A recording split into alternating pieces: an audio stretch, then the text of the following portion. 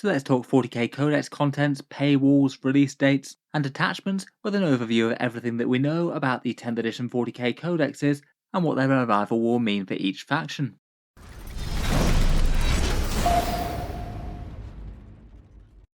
Hello and welcome back to Auspex Tactics, where today we're talking about the 40k Codexes, and in this video I thought we'd do an overview of what they're going to bring, pulling together all the information that we know so far, and what questions Games Workshop still has yet to answer. With the 10th edition launch out the way and the enormous rules drop of all of the indexes of the game done, the next major wave of content for the Warhammer 40k game will be the Codexes, perhaps fairly hotly anticipated as they are in just about every edition, as usually with a new codex the army gets a bit more interesting, sometimes adding extra layers of special rules, different or more thought out stats and interactions between the units, and often, certainly in previous editions, it tends to come with a power boost.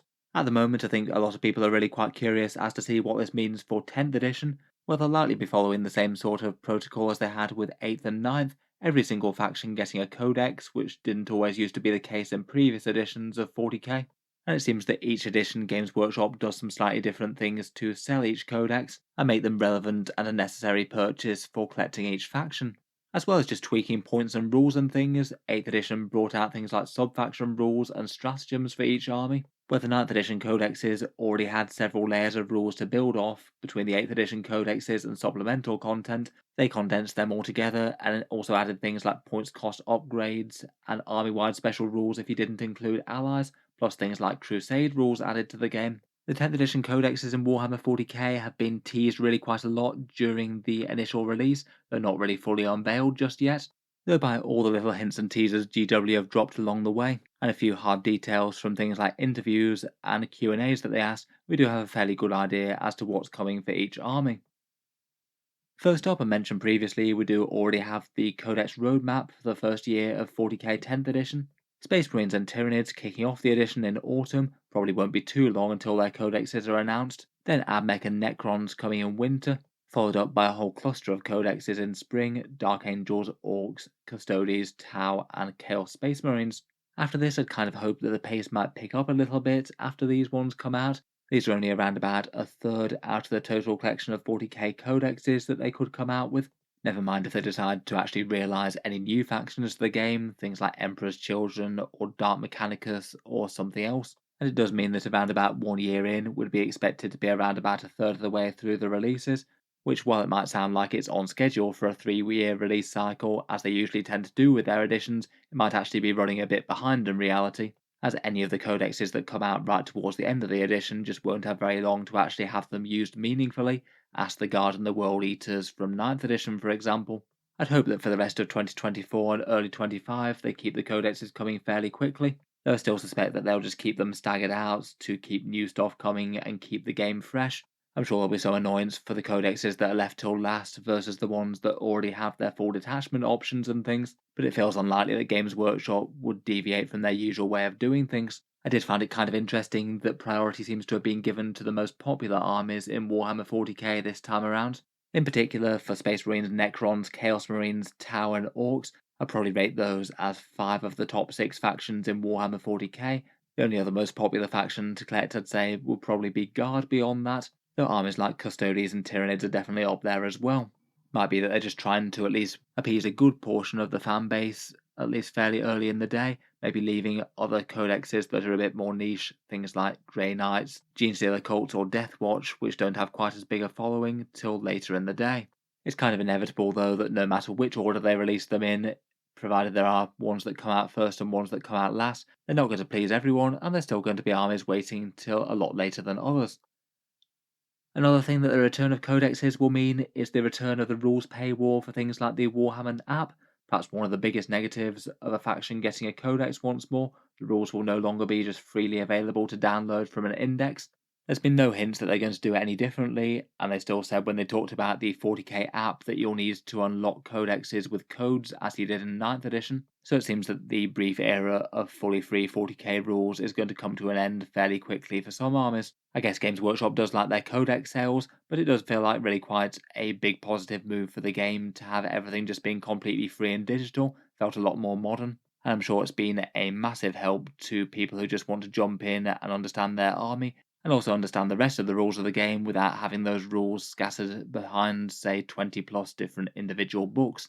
I guess you'd still be able to access the rules via the 40k app, though there is going to need the physical code from the codex to be put into it. Perhaps one of the questions that I'm a little bit less certain of is how much content you'll be able to get if you don't pay for Warhammer Plus, but you do have the codex code.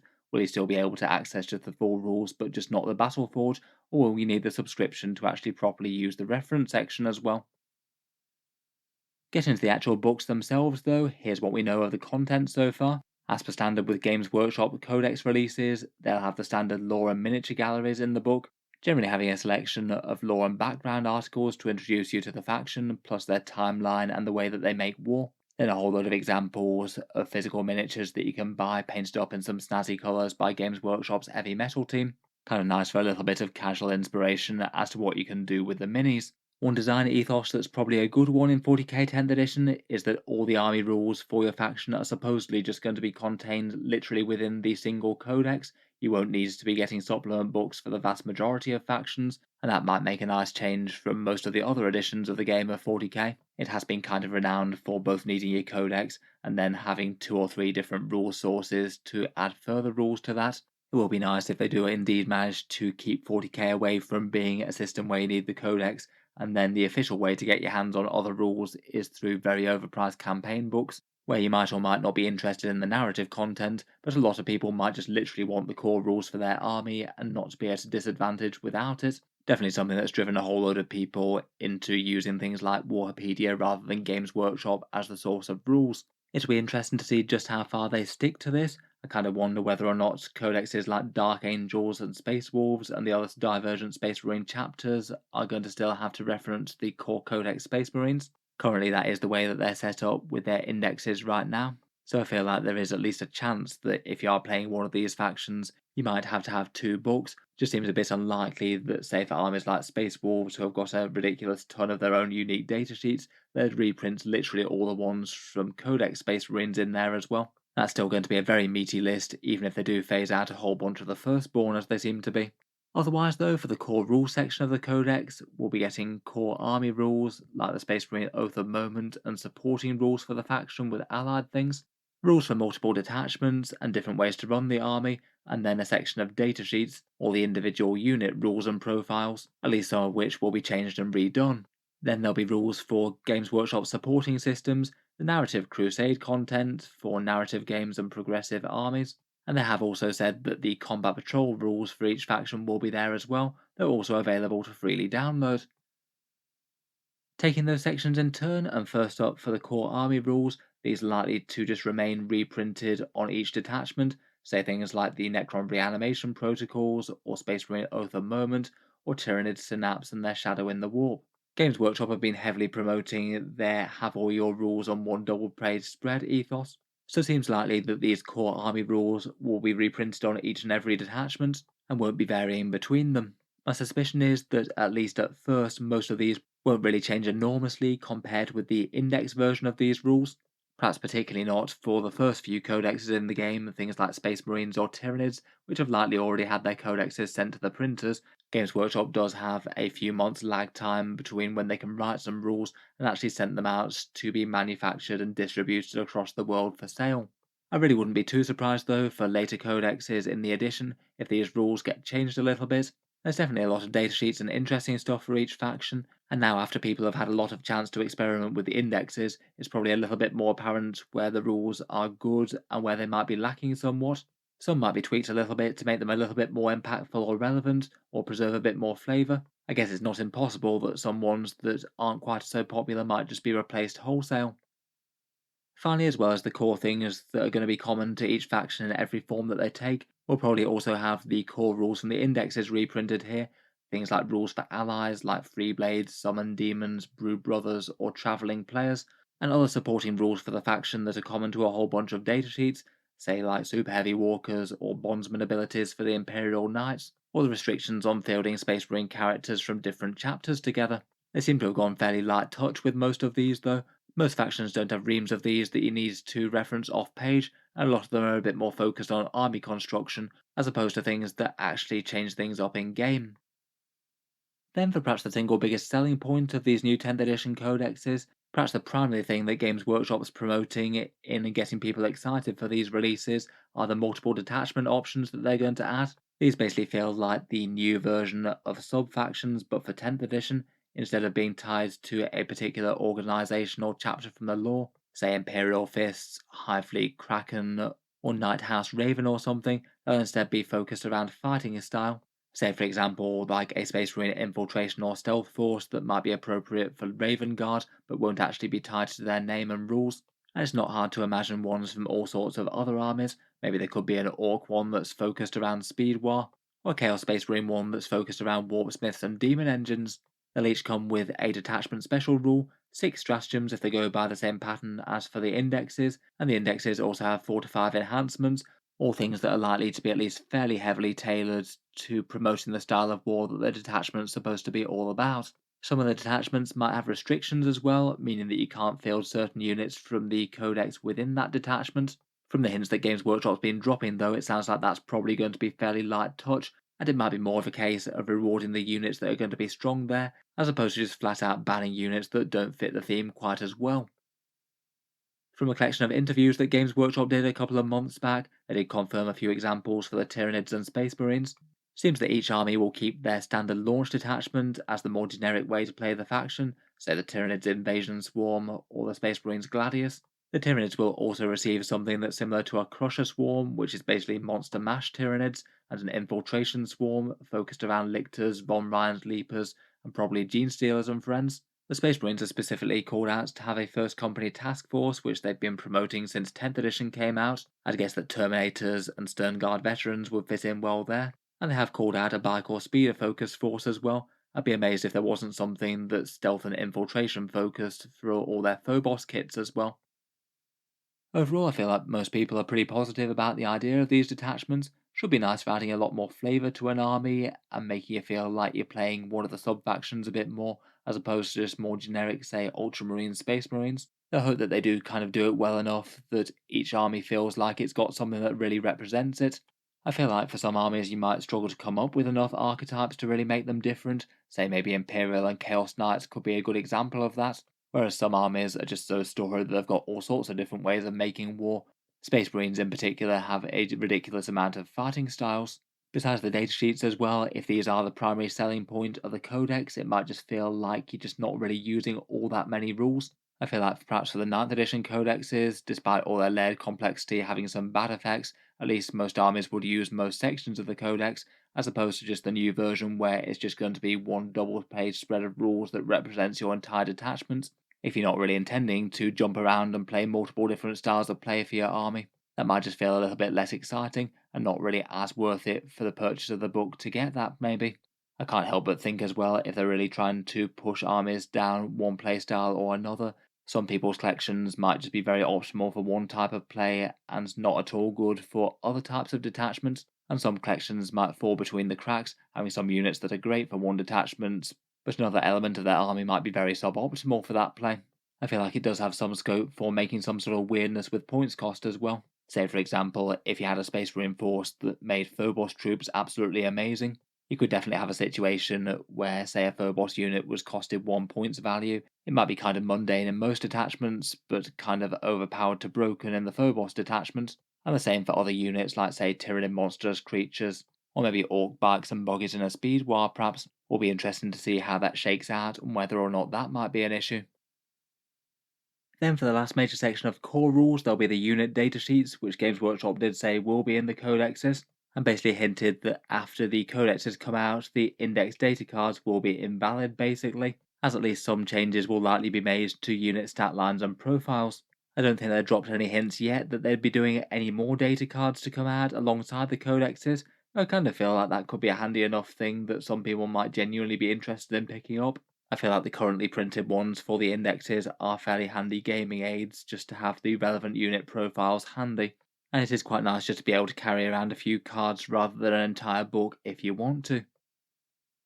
As for what's going to be changing with the datasheets otherwise though, we know that not all index datasheets are going to make it into the codex. I think a lot of the choices that were present in the indexes were kind of suspicious, as they were models that Games Workshop don't actually make miniatures for anymore, or at least not ones that are currently on sale. A fair bunch of niche special characters with fine cast minis that are no longer produced got index datasheets, but I'd guess that these probably won't be making it into codexes. That just seems very likely given that Games Workshop confirmed that a whole bunch of Firstborn kits that got index datasheets won't be making it into their final codex, and will instead be sent to Warhammer Legends for a datasheet there instead, and then not updated or rebalanced anymore. Even if your models have an index datasheet, I'd be kind of apprehensive for anything that doesn't have a currently sold model, or even just a war gear combination that can't be easily made from a box or two. Even just other older miniatures might still have the chance to be dropped or supplanted, as they've shown with the Firstborn Marines. I'll be interested to see whether or not the data cards get redesigned a bit from this classic formation that we've got on the right hand side here. Currently in the downloadable indexes and on the data cards you basically get two different sides for them. One a more army construction side, listing their options and their squad sizes, that's on the different sides to the one where their stat blocks and their weapon profiles and special rules are listed. I can't help but think that if they're printing these out in each codex, you're probably not going to get two different datasheets side by side like this. They're probably going to consolidate them into one unified data card somehow. So it'll be kind of interesting to see any teased datasheets from the new codexes to see whether or not they're going to do a bit of consolidation in that way. Otherwise, I'm sure a lot of factions will be getting at least some new unit entries. It confirmed that all of the first 9 codexes will be getting at least some model release, though for a few of them it might just be updated sculpts of a classic character or unit that we already knew about.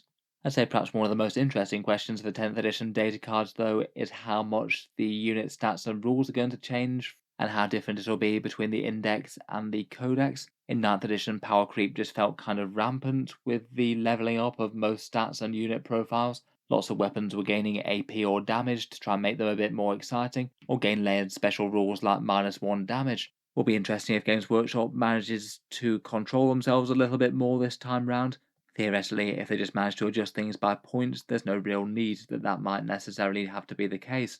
I guess we'll get some clues to that when the Space Raiders and Tyranids codexes drop and see how much changes compared with the indexes into the codexes. Finally, we've got the content for the other 40k game modes, Combat Patrol and Crusade. I'd guess that similar to 9th edition, each army will have a Crusade section, spruced up and reimagined for 10th edition, maybe a little bit more streamlined and polished than the previous, though probably just most important that it's fun and gives you some interesting upgrades. They can afford to be a little bit more creative and freeform without having to worry about game balance quite as much, as power gaming and min-maxing isn't exactly the main aim with narrative play in general. It's perhaps a little bit annoying for a whole bunch of Crusade rules to be relegated to the past with the going away of the 9th edition codexes. A lot of factions might feel a little bit bland by their special rules, though I suppose there's no real reason you couldn't do some adaptation of the 9th edition Crusade rules for your army and make it work for 10th. Finally, they also confirmed that the full Combat Patrol rules will also be reprinted in the codexes, but unlike the rest, these should remain free to download from Warhammer Community and be updated alongside the codex if they do make any changes.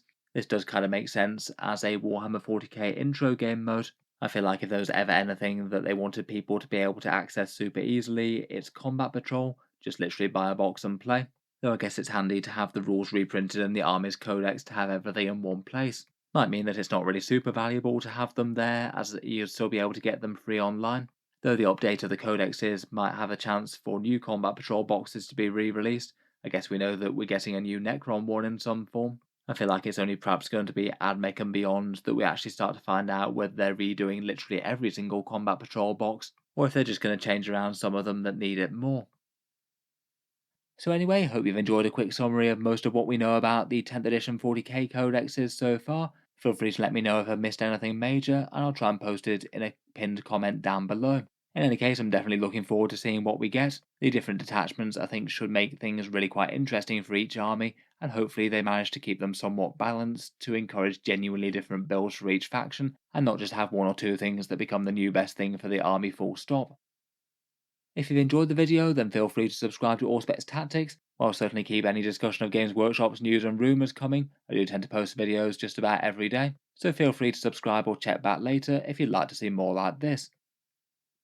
Finally, if you have been enjoying all the videos on the channel, I would just like to mention that Auspex Tactics does have a Patreon page as well, and you can find that linked in the video description if you'd like to help support. Channel patrons do get a fair few advantages, seeing certain videos early, regular votes to see what sort of things happen next on the channel, and automatic entry into the regular prize giveaways with a chance to win some big model kits each month. If any of that sounds good to you, or you'd just like to help support, the link is down in the video description. In any case, a massive thank you for listening, and I'll hope to see you guys next time.